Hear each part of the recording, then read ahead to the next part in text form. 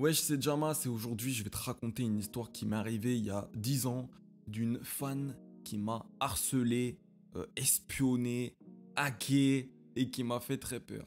Donc c'est parti, on va commencer. Cette histoire-là, c'est la deuxième de la chaîne.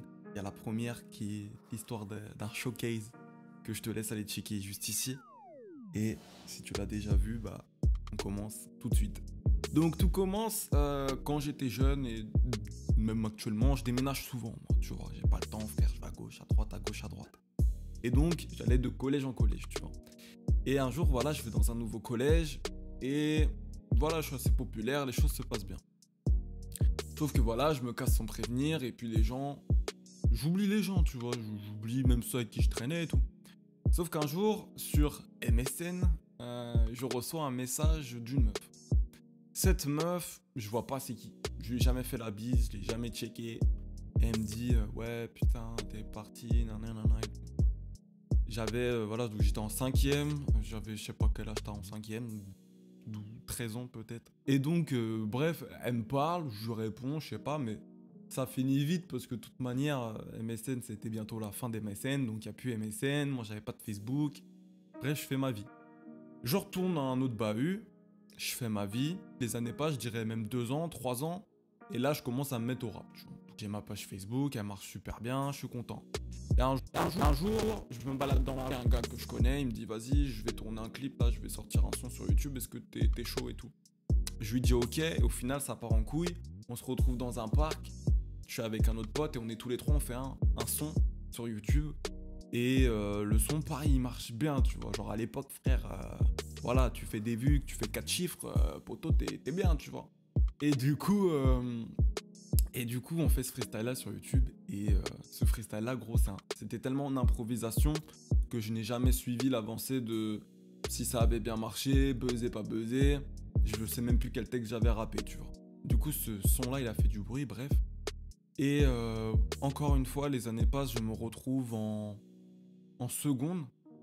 Et là, je reçois les premiers messages de cette personne. Et on va l'appeler Christina. Je reçois un message de Christina.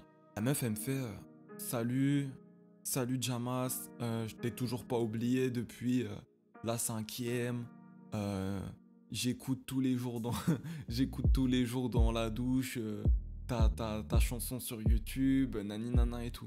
Moi je suis là en mode, mais de qu'est-ce qu'elle raconte, c'est quoi cette histoire, quels sont sur YouTube. Moi j'étais pas sur YouTube à cette époque. Tu sais, Christina, elle voulait pas montrer sa tête, tu vois, elle voulait pas montrer sa tête, elle me disait pas vraiment, elle me disait rien, tu vois.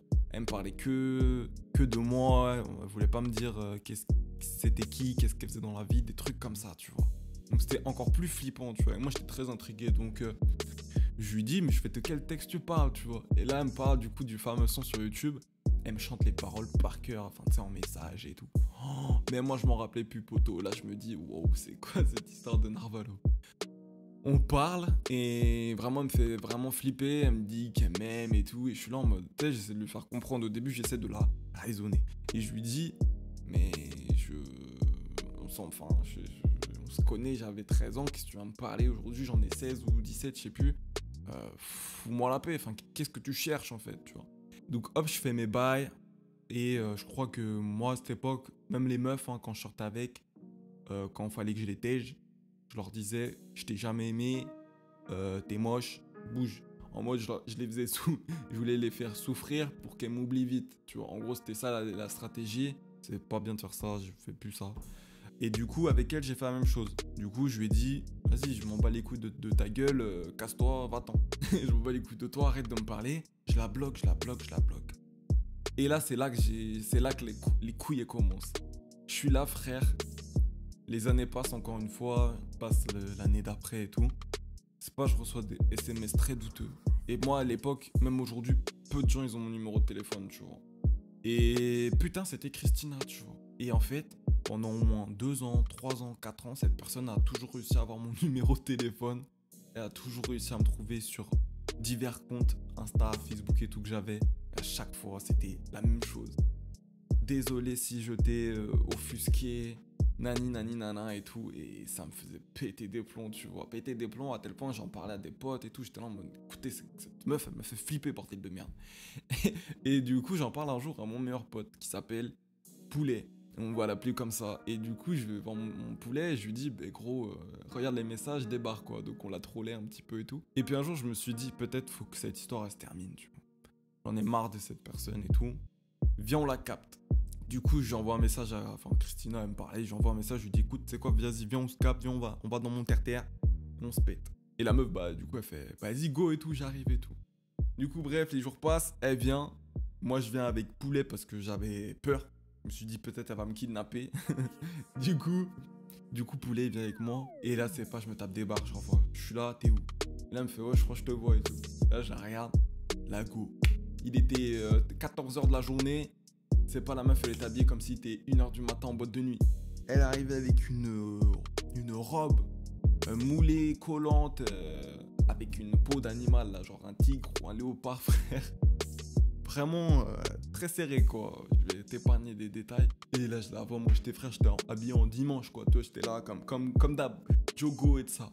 Et je la vois, mais je suis en mode, oh, elle a mis le paquet, quoi. Elle voulait trop me serrer. Et du coup, elle vient. Je lui dis bonjour, et puis, tu sais, qu'est-ce que tu veux que je lui dise, tu vois?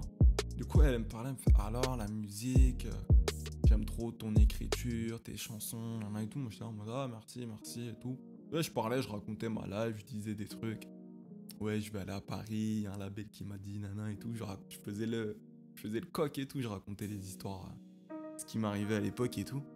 Et là, on parle, et moi, je suis près d'un mur, je suis dans un skatepark, frère. Et là, c'est pas, elle commence à taper un skis. Elle commence à me regarder, et sans parler, elle me regarde comme ça. Et elle me fixe, on dirait elle flottait, frère. Elle commence à avancer bizarrement vers moi, à me fixer dans les yeux et tout. Et ça a duré 3-4 secondes. Je te jure, c'était les 3-4 secondes les plus longues de ma vie. C'était archi malaise. Bref, l'après-midi, elle se termine. Je m'en vais, elle s'en va. On se reparle plus, enfin, je donne plus de nouvelles. Et puis un jour, je la recroise. Je suis en boîte de nuit et là, je la recroise. Et là, je me dis, putain, ça faisait quelques mois, j'étais tranquille et je la recroise, je suis dans la merde, quoi. Du coup, je me dis, vas-y, go, je prends les devants. Et j'ai pris les devants, du coup, je vais la voir, je lui dis, yo, ça va et tout. Je lui fais un signe comme ça de la main. La go, elle me regarde, elle me cala même pas. Frère, on aurait dit, j'étais un inconnu. On a fait comme ça, et elle est partie. Et j'étais là en mode, wow, trop bizarre. Et depuis, j'ai plus eu de nouvelles de cette personne. C'est quoi la morale de cette histoire? La morale de cette histoire, c'est que même à ton échelle, même si tu fais 100 vues, 1000 vues, il y a des gens, frère, pour eux, c'est incroyable, tu vois. À ta petite échelle, sur la tête de ma mère, tu peux être, voilà, avoir des histoires, on dirait être une star. Et du coup, moi, c'est ce qui m'est arrivé.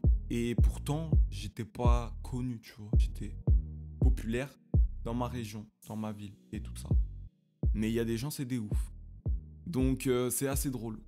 Et la question, c'est est-ce qu'il faut ou non sortir un peu avec ses fans? Et bah ça, c'est une question qu'on répondra peut-être un autre jour. Mais la réponse, je te la donne d'avance, je ne pense pas.